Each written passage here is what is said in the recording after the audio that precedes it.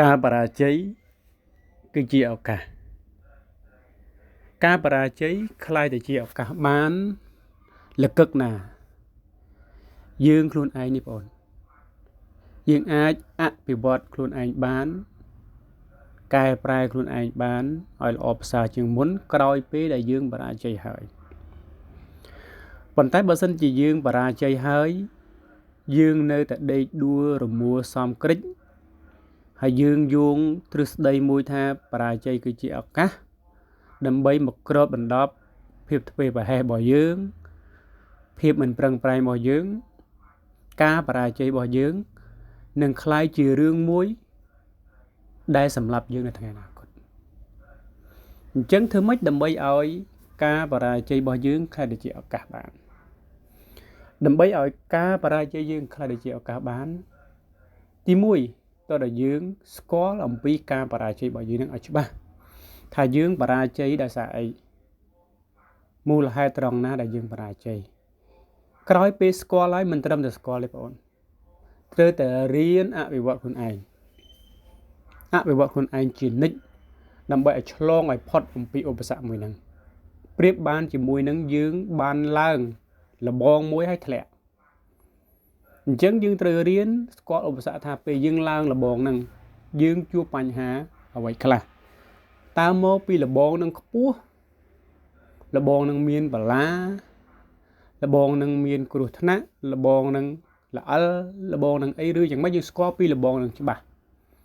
ទី2គឺស្គាល់ខ្លួនឯងច្បាស់តែម្ដងជួនកាលមិនមែនមកពីលបងមិនមែនមកពីរនាំងមិនមែនមកពីអីទេតែសារតែយើងនឹងវាអត់ចេះឡើងតែសារតែយើងនឹងអត់មានកម្លាំងតែថាយើងនឹងបបពិសោធន៍តិចក្នុងការឡើងខ្វះបច្ចេកទេសស្អីទៅអ្នកខ្លះយើងពេលខ្លះយើងឡើងលបងហ្នឹងប្រើកម្លាំងប្រើអីហត់ចង្អប់ស្រាប់គេអ្នកជំនាញគេលោតលបងគេលោតផ្លោះតែម្ដង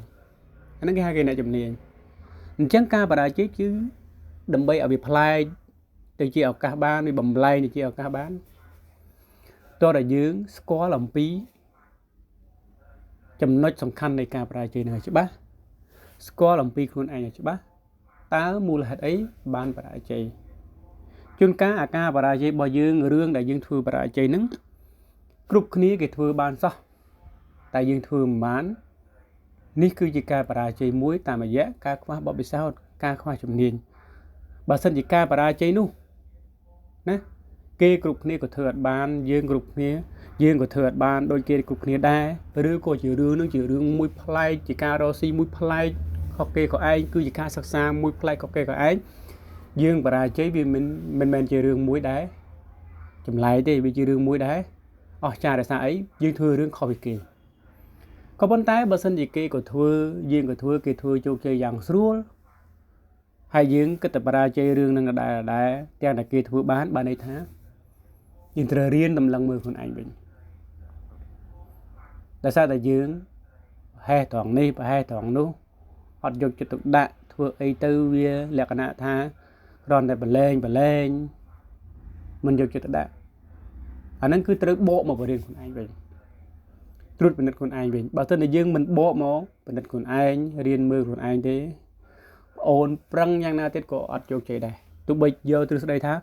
បរាជ័យថ្ងៃនេះស្អែកជោគជ័យបរាជ័យថ្ងៃនេះស្អែកជោគជ័យប្អូននឹងជួបរឿងមួយថាបរាជ័យថ្ងៃនេះហើយស្អែកបរាជ័យទៀត